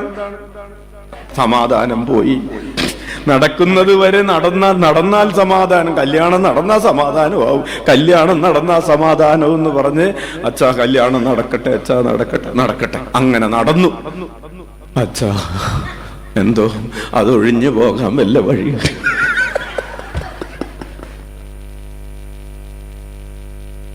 ഹല്ലേലൂയ. എന്തു പറ്റി? നടക്കാതിരിക്കുന്നു. ഒരാളുടെ പ്രശ്നം നോക്കിയാൽ മതിയായിരുന്നു. ഇപ്പൊ എന്തായി? അത് മാത്രമല്ല, നടക്കുന്നത് വരെ ഞങ്ങളുടെ വീട്ടിലെ പ്രശ്നം മാത്രം നോക്കിയാൽ മതിയായിരുന്നു. ഇപ്പോ അവളുടെ വീട്ടിലെ പ്രശ്നം കൂടി. ഹല്ലേലൂയ. അല്ലെങ്കിൽ അവന്റെ വീട്ടിലെ പ്രശ്നം. അപ്പോ പ്രിയപ്പെട്ടവരെ, കർത്താവ് പറയാണ്, ഞാൻ നിനക്ക് സമാധാനം തരും. യോഹന്നാന്റെ സുവിശേഷം 14:27. യോഹന്നാൻ 14:27. വലത് കരം ഉയർത്തി വീശിക്കൊണ്ട് പറയാം, ഞാൻ നിങ്ങൾക്ക് സമാധാനം തന്നിട്ട് പോകുന്നു, എന്റെ സമാധാനം നിങ്ങൾക്ക് ഞാൻ തരുന്നു. ലോകം നൽകുന്നത് പോലെയല്ല ഞാൻ നൽകുന്നത്. നിങ്ങളുടെ ഹൃദയം അസ്വസ്ഥമാകേണ്ട, നിങ്ങൾ ഭയപ്പെടുകയും വേണ്ട. പ്രിയപ്പെട്ടവരെ, ഈ പുതുവർഷത്തിൽ ഈശോ നമ്മുടെ ഹൃദയത്തോട് മന്ത്രിക്കുകയാണ്, കുഞ്ഞെ ഞാൻ നിനക്ക് സമാധാനം തരുന്നു. ലോകത്തിന്റെ സമാധാനം എന്തെങ്കിലുമൊക്കെ നടക്കുമ്പോഴാണ് ലോകത്തിന്റെ ആശ്വാസമായി. പരീക്ഷയിൽ ജയിച്ചു, സമാധാനമായി. വിസ വന്നു, സമാധാനമായി. ജോലി കിട്ടി, സമാധാനം. അതാണ് ലോകത്തിന്റെ സമാധാനം. സമാധാനത്തെ കുറിച്ചുള്ള ക്ലാസ്സുകൾ നമ്മൾ കേട്ടുകഴിഞ്ഞതാണ്. സബാസ്നച്ചൻ പരിശുദ്ധാത്മാവിന്റെ ഫലമായ സമാധാനത്തെ കുറിച്ച് പഠിപ്പിച്ചിട്ടുണ്ട്. അപ്പോൾ പ്രിയപ്പെട്ടവരെ, സമാധാനം കർത്താവ് പറയാണ്, ഒന്നുമില്ലെങ്കിലും ഞാൻ നിന്റെ കൂടെയുണ്ടെന്ന സമാധാനം. നീ നിത്യജീവന്റെ അവകാശിയാണെന്ന സമാധാനം, നീ ഒരു ദൈവ പൈതലാണെന്ന സമാധാനം. ആരും നിന്നെ സ്നേഹിക്കുന്നില്ലെങ്കിലും ദൈവം നിന്നെ സ്നേഹിക്കുന്നുണ്ടെന്ന സമാധാനം. ഹല്ലേലൂയ. അവസാനമായി ഏഴാമതായി അതാണ് പ്രിയപ്പെട്ടവരെ കർത്താവ് പറയുന്നത്, ഞാൻ നിന്നെ എല്ലായ്പ്പോഴും സ്നേഹിക്കും. I will always love you. ഈ വചനം മുഴുവനും നമുക്ക് തരുന്ന ഒരു വാഗ്ദാനമാണ്. I will always love you. നീ പാപം ചെയ്ത് പറുദീസയുടെ പുറത്തേക്ക് പോകേണ്ടി വന്നൊരു സാഹചര്യത്തിലാണെങ്കിലും, നീ കുരിശിന്റെ താഴെ നിന്ന് എന്നെ വെല്ലുവിളിക്കുന്ന സാഹചര്യത്തിലാണെങ്കിലും, നീ എന്നെ ക്രൂശിച്ചു കൊണ്ടിരിക്കുന്ന സാഹചര്യത്തിലാണെങ്കിലും, ദൈവം പറയും I will always love you. ഞാൻ നിന്നെ എല്ലായ്പ്പോഴും സ്നേഹിക്കുമെന്ന്. അങ്ങനെ സ്നേഹിച്ചത് കൊണ്ടാണ് കുരിശിന്റെ താഴെ നിൽക്കുന്നവർക്ക് വേണ്ടി ഈശോ പ്രാർത്ഥിച്ചത്. ഈശോയ്ക്ക് പ്രാർത്ഥിക്കാൻ കഴിഞ്ഞത് തന്റെ ഹൃദയം പിളർക്കുന്നവർക്ക് വേണ്ടി പ്രാർത്ഥിക്കുന്നവനാണ്. അവൻ പറയാണ്, ഞാൻ നിന്നെ എല്ലായ്പ്പോഴും സ്നേഹിക്കും. ഈ 365 ദിവസങ്ങൾ 2026 എന്ന വർഷത്തിന്റെ 365 ദിവസങ്ങളിലും കർത്താവ് കാതിൽ നമ്മോട് മന്ത്രിക്കും, I will love you always. നമ്മുടെ ഭാരങ്ങളുണ്ട്. എന്നെ സ്നേഹിക്കുന്നില്ല, അപ്പൻ എന്നെ സ്നേഹിക്കുന്നില്ല, അമ്മ എന്നെ സ്നേഹിക്കുന്നില്ല, ഭർത്താവ് എന്നെ സ്നേഹിക്കുന്നില്ല, ഭാര്യ എന്നെ സ്നേഹിക്കുന്നില്ല, മക്കൾ എന്നെ സ്നേഹിക്കുന്നില്ല, സഹോദരങ്ങൾ എന്നെ സ്നേഹിക്കുന്നില്ല. ഞാൻ ആർക്കും വേണ്ടാത്ത ഒരു ചരക്കായി മാറി. ഇല്ലേ? വേണ്ട ചരക്കായി മാറിയിരിക്കുകയാണ്. കുഞ്ഞേ, ഈ ഭൂമിയിലുള്ള ആർക്കും വേണ്ടാത്തവനും വേണ്ടാത്തവളുമായി നീ മാറിയെന്ന് ലോകം നിന്നോട് പറഞ്ഞാലും കർത്താവ് നിന്നോട് പറയും, I will always love you. എനിക്ക് നിന്നോടുള്ള സ്നേഹം ഒരിക്കലും അസ്തമിക്കുന്നില്ല. ഹല്ലേലൂയ. കർത്താവിന്റെ സ്നേഹം അസ്തമിക്കുന്നില്ല. അവിടുത്തെ കാരുണ്യം അവസാനിക്കുന്നില്ല. ഓരോ പ്രഭാതത്തിലും അത് പുതിയതാണ്. അവിടുത്തെ വിശ്വസ്തത ഉന്നതമാണ്. Hallelujah, hallelujah. അതാണ് പ്രിയപ്പെട്ടവരെ വിലാപങ്ങളുടെ പുസ്തകം 3-ാം അധ്യായം 22, 23 തിരുവചനങ്ങൾ വലതുകരമുയർത്തി വീശിക്കൊണ്ട് പറയാം, കർത്താവിന്റെ സ്നേഹം ഒരിക്കലും അസ്തമിക്കുന്നില്ല. അവിടുത്തെ കാരുണ്യം അവസാനിക്കുന്നില്ല. ഓരോ പ്രഭാതത്തിലും അത് പുതിയതാണ്. അവിടുത്തെ വിശ്വസ്തത ഉന്നതമാണ്. കർത്താവ് നമ്മോട് പറഞ്ഞുകൊണ്ടിരിക്കുകയാണ്, ഞാൻ നിന്നെ സ്നേഹിക്കുന്നു, ഞാൻ നിന്നെ സ്നേഹിക്കുന്നു. നീ സ്നേഹം തേടി ഒരു അഴുക്ക് വെള്ളത്തിലേക്കും പോകണ്ട. നല്ല സ്നേഹം കിട്ടാത്തപ്പോ അഴുക്കുള്ള സ്നേഹത്തിലേക്ക് പോകാനുള്ള പ്രവണതയുണ്ട് മനുഷ്യന്. നല്ല വെള്ളം കിട്ടാത്തവരെന്ത് ചെയ്യും? അഴുക്ക് വെള്ളമെങ്കിലും കുടിക്കാമെന്ന് കരുതുന്നത് പോലെ. നല്ല സ്നേഹം കിട്ടുന്നില്ല, അപ്പന്റെ സ്നേഹം കിട്ടുന്നില്ല, അമ്മയുടെ സ്നേഹം കിട്ടുന്നില്ല. അങ്ങനെ ഇൻസ്റ്റാഗ്രാമിലെ അഴുക്കുള്ള സ്നേഹത്തിന്റെ പിറകെ പോയി, ചീഞ്ഞളിഞ്ഞതിന്റെ പിറകെ പോയി. കർത്താവ് പറയാറ്, നീ കർത്താവിന്റെ സ്നേഹത്തിന്റെ പിറകെ പോയില്ല. അതുകൊണ്ടാണ് ജെറമിയ 31:3 നമ്മൾ ഇങ്ങനെ വായിക്കുന്നു. ജെറമിയ 31:3 വലതുകരമുയർത്തി വീശിക്കൊണ്ടേറ്റ് പറയാം, വിദൂരത്തിൽ നിന്ന് കർത്താവ് അവന് പ്രത്യക്ഷനായി അരുളി ചെയ്തു, എനിക്ക് നിന്നോടുള്ള സ്നേഹം അനന്തമാണ്, നിന്നോടുള്ള വിശ്വസ്തത അചഞ്ചലമാണ്. ഹല്ലേലൂയ. ഈശോ പ്രിയപ്പെട്ടവരെ നമ്മളോട് പറഞ്ഞ ഒരു ക്ലാസിക്കൽ സ്റ്റേറ്റ്മെന്റ് ഉണ്ട്. ഈശോ നമ്മോട് പറഞ്ഞ ഒരു ക്ലാസിക്കൽ സ്റ്റേറ്റ്മെന്റ് എന്താണെന്ന് അറിയാവോ? പിതാവ് എന്നെ സ്നേഹിച്ചതുപോലെ ഞാനും നിങ്ങളെ സ്നേഹിക്കുന്നു. അത് ആഴത്തിൽ ധ്യാനിക്കേണ്ട ഒരു വചനമാണ്.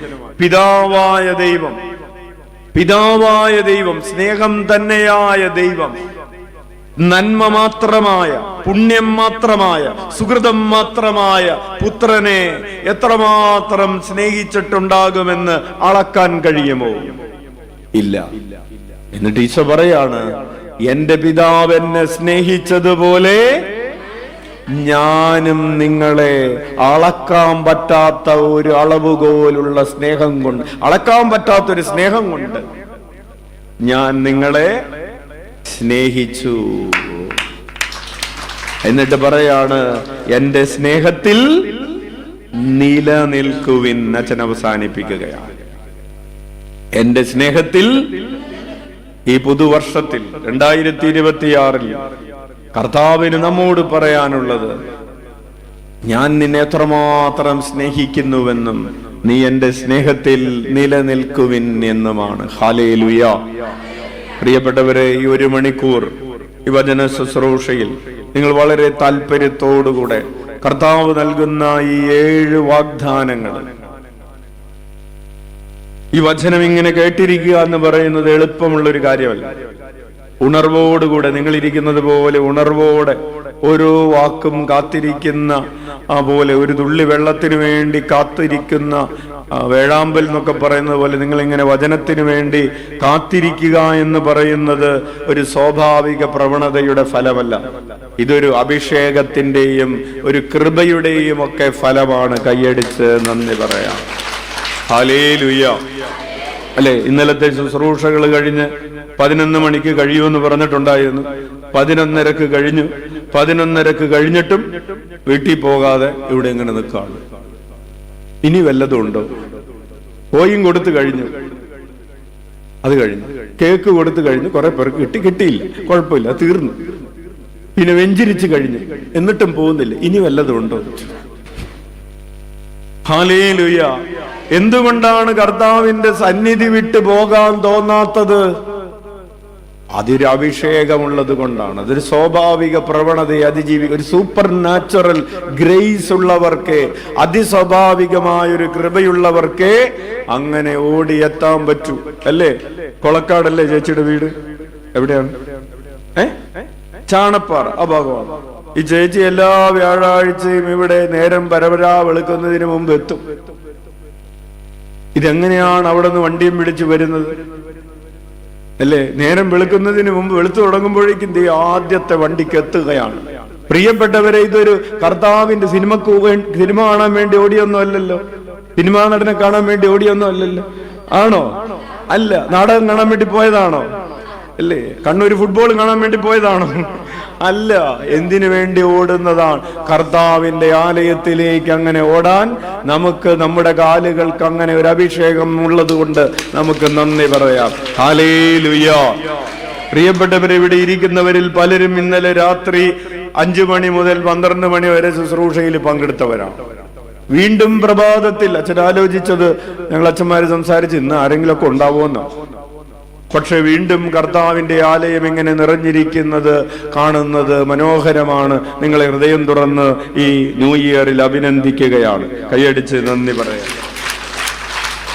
അപ്പൊ ഓരോ ആഴ്ചയിലും ഇങ്ങനെ വരുമ്പോ ഒരു 100 പേരെ കൂടെ ഇനി കൂട്ടിക്കൊണ്ടുവരാൻ ഈ വർഷം സാധിക്കട്ടെ എന്നുകൂടെ അച്ഛൻ ആശംസിക്കുകയാണ്. ഹല്ലേലൂയ.